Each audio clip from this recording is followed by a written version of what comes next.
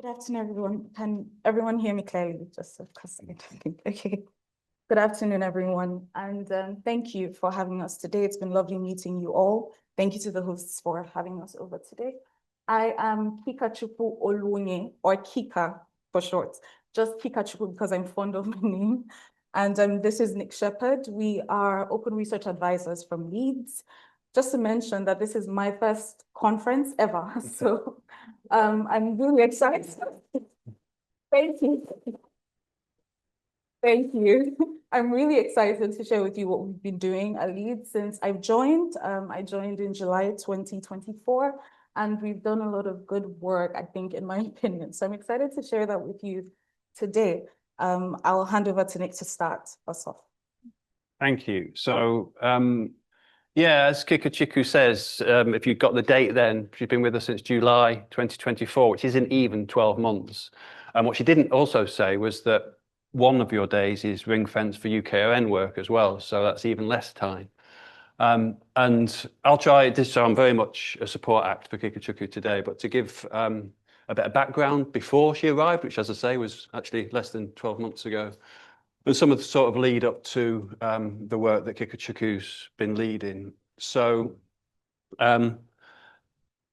we've been obviously focusing on open research at Leeds as Manchester are, and again, you know, in the context of Kikachukwu joining us, Leeds, as I'm sure Manchester is a sort of big baffling machine. You know, that we've got 7 faculties, 49 schools, loads of institutions and interdisciplinary things going on. And historically, you know, I'm based in the library as an open research advisor, and we've kind of been synonymous with open access and latterly perhaps research data management. We still, I think, fighting the battle to get open research not to be synonymous with open access. We've got a huge, as I say, range of, as well as all those faculties and professional services, we've got a range of professional services as well. And we do perhaps have a tendency to still work in silos, especially since COVID a little bit. I think, you know, it's quite difficult to sort of collaborate as much as we would like. So as part of that, you know, a lot of research culture work was happening across the sector and at Leeds as well. And that sort of subsumed the work we were doing with open research at Leeds.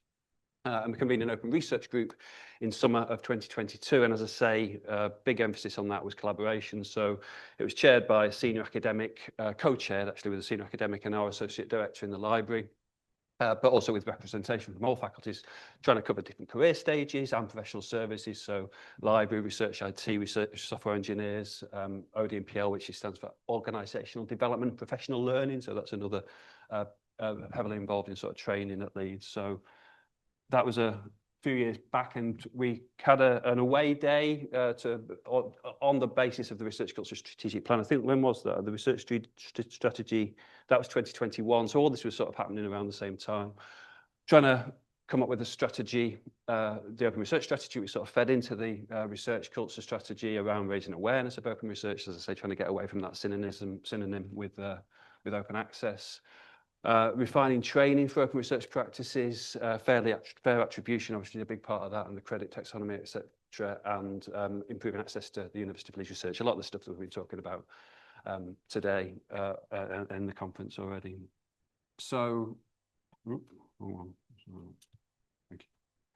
And as I say, it tied in very closely with, and again, it sort of illustrates the different sort of activities around a big university, as I'm sure at Manchester or other institutions. You know, we had the research culture strategy, we had a open research statement around the same time. We promoted something called the Knowledge Equity Network. So that was co-founded by Leeds, again, looking at knowledge equity. And again, that's something that I think perhaps gets neglected sometimes in conversations around open research. Could often focus, you know, on reproducibility, etc., and all the things we've been talking about in the conference. But knowledge equity is a particular aspect that I think has cropped up, but, you know, can sometimes be neglected. Within the library as well, our forward plan was focused on open education and open research as well. So there are all these disparate things going on, and trying to bring people together in the form of that open research group and to coordinate that. And as part of that, obviously, everybody else seemed to have open research champions. So we wanted some open research champions, but how to actually achieve that. And a lot of universities successfully, I think, have run with a sort of volunteer model. But But there was a lot of discussion around this in the context of research culture. Now, I'm on record as saying I'm not totally sure the way we went was necessarily the best way, but there was a lot of discussion around workloading. Again, this was a conversation we had the other day, you know, especially if you're expecting early career researchers and PGRs perhaps to lead these things without it being properly workloaded. All, you know, issues around resourcing and et cetera is always an ongoing issue.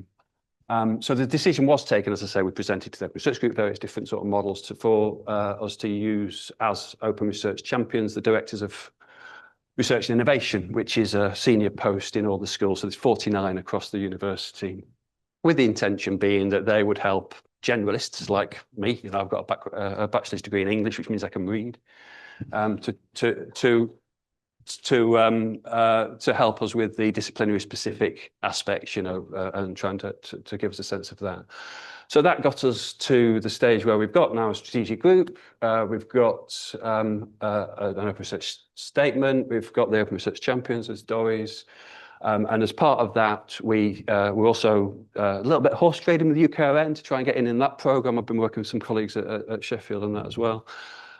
So we recruited Kikachukwu as a dedicated open research advisor to work with those Doris to support them in their role. Again, acknowledging that they're very busy people and sort of the workloading around that. So Kikachukwu joined us, as I say, not quite 12 months ago in July last year. July 8th, special day. Okay, so I'm just going to take over from here and mention that Nick is right. Leeds is a behemoth, at least from where I was coming from, which is Aston University, where the practice is a bit more compact.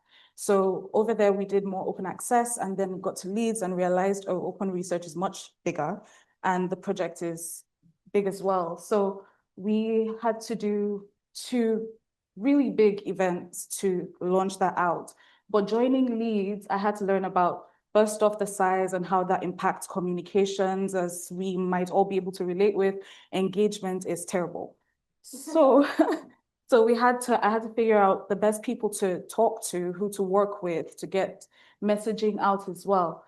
And that was really important because these 2 events, the launch of the Dories and also the establishment of the hub, could not be empty, not on my watch. So we had these events November 18th, but before that, I had work to do with the Dories. We have 49 directors of research and innovation, and I had to meet with them individually, and I did all of this with Nick as well. The essence of meeting with them was also to understand what open research looks like. I personally think that if the worst thing that is said to you is that you don't know anything about open research, that's great because I get to talk about it anyhow I like. But and yeah, that really was the worst thing. Actually, there was one bad thing, and I'll get to that in a bit. But it was almost the worst thing, you know, directors of research and innovation saying, we don't really know what this is, and it's not something we've engaged with. So we met with 39. I think we have met with 41 now, but as at that time, we had met with 39 of these directors of research and innovation. And before that, we had to put out a paper for information to let them know that, oh, hello, a year ago, you were appointed as open research champions, and now we're ready to put. Some of them didn't know, actually. Yeah, yeah, exactly. And some of them had just come into the role as well. So we needed to update them, and we started to have these meetings. They were largely accommodating, which is really special. Shout out to them, just in case they can hear me anywhere in the world. But they were largely accommodating, except for a few who were unresponsive, and maybe one who did say to my face, I will never encourage anyone to practice open research. So that was funny for me. See, I was there to encourage open research. We'll tell you the discipline later, unless you can guess. I'll whisper it, see if you can catch it. There were good conversations, people telling us what their concerns were about open research. Anyway, following that, we did have the event in November 2024, and it was attended by a little over 60 people. And the planning was really good. We worked with research support inside and OD and PL as well to figure out the best way to administer the session. This was supposed to encourage everyone to be involved with open research and also to engage them and get them to see the services that we offer as research support. Yeah, so the meetings were discipline specific. We didn't want to apply the knowledge that we have to them. We wanted to understand what it looks like for them and why they think that it might be impossible or just really difficult to understand. And it wasn't really easy. So my strategy was to go individually and send each of them 3 emails. And after Christmas, I came back and sent another 3 emails. So I was really persistent and very gentle. I know that they are busy. I don't want to force their hand because that never works well. And I am for them. So I was really flexible and just gave a listening ear to understand the difficulties. And also, like Nick said, we are generalists. So it was really helpful to look at it as not understanding what it is like for them, because truly, to an extent, I did not understand. And also, they are the center in their school. So it was essential to have these conversations with them and see what our in could be with them. Okay, so for the directors of research and innovation, as champions, they had 3 responsibilities. The first would be to signpost our services and encourage open research. We also expected them to engage in community building and to provide feedback on the work of the open research group, which Nick talked about earlier. I'm going to visit the Dories. We had 10 questions. Let's be honest, no one's going to get around 10 questions. It's 1 hour or 45 minutes if there's no time. So we needed to narrow it down. And these are some of the things the questions are centered on: how open research is practiced in their disciplines, the barriers to open research practice, the resources they need from us to provide, and also the insights on how best to engage with the researchers, because you could send a ton of emails and you're sending it to the wrong place. So we needed a central system to communicate with each of them within the schools. And here we have the challenges that had to do with us, not the challenges for them, what we went through trying to get the word out. So majority of the Dories, as I said, were very excited to work with us. They were open to work with us, but a few of them were a little nervous about what we were trying to do. Sometimes it centered on not thinking that open research is important. They were cautious as well, and some found it a little undesirable, especially as their work was commercial. I remember going for a session in dentistry, and I was told by one of the attendees that unless there is real case study on how it can apply to those with commercial work, it really has no point, which is understandable because you want to see yourself represented in the practice as well. And we're also told that it doesn't really do anything for career progression. Principles such as preprints could be unappealing to publishers, if you put your work out before you have to publish. And there were also myths surrounding open research, that it affects the quality. It could also be compromising as well, and many other myths as well. We also have duplication of open research outputs. So Nick mentioned us being siloed, and that was really, I think it was a huge problem, because some of us would go out to do open research advocacy, and then we would have someone going out to do open access advocacy as well. So it was a challenge, and we also had unresponsiveness to requests to partner up. The Dories sometimes didn't respond, and then there was time, because there's a lot on the plate to take care of. After the conversations that we had with them, these are some of the final recommendations that we had. We got topics that people would like to hear about. We reported to the open research group. There was low engagement, but that was due to the lack of awareness. I remember my manager saying, "Kika, this can't possibly be. You should know this." And I said, no, that's the perception that everyone out there actually has. So there was a massive lack of awareness. And I consider that a good thing, because then it's not, pessimism. It's something that I think we can treat. And there was some skepticism towards it, people thinking it's not relevant, communication is a challenge, Teams is severely bogged down as well, with necessary comms, but how to manage that. And some people thought that open research was idealistic at best, sorry. And something more interesting is the tension between open research and trusted research. I heard from a Dory who told me, open research tells us to open up our work, but trusted research comes in and trusted research tells us to close it off. So what do we do?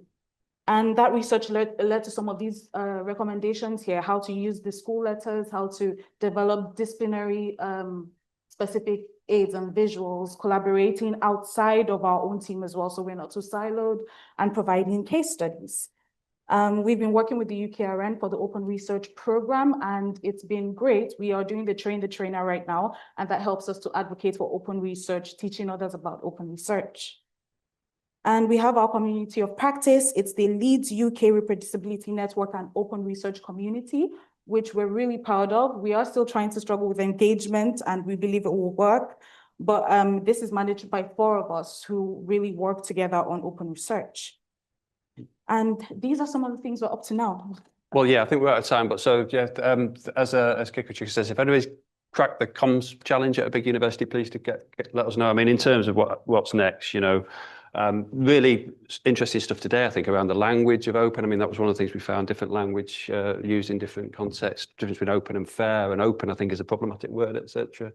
We're planning on developing resources and taking feedback. So I'll stop there because we're out of time, but thank you very much. Oh, and just to whisper that the school that didn't want to participate was engineering. I think that's a surprise. I was not expecting that. I think we all know what you were expecting. Yeah, thank you so much. I think we've probably got time for one question. Oh, I think Who was first? That was close, wasn't it? I think I think it was the middle. If they could be really quick, you can maybe fit into. Can we have a mic, please? Thank you. It was really interesting. I can really relate because when I was at Surrey, it was my job to set up an open research champion network as well. And one of the challenges I had, you were talking about disciplinary differences, and that was kind of a huge challenge. But obviously, one of the things that I found really difficult, coming from sort of psychology, behavioral psychology background, and my line manager being a psychologist, we were trying to talk to people in different schools, but they also didn't really know how open research applied to their discipline. So how do you kind of square that? Because we wanted them to tell us, but they didn't know what open research meant for them. So there was kind of like a really big gap that nobody knew how to fill. How did you cope with that? Yeah, well, I suppose I actually personally, I really use the knowledge equity angle.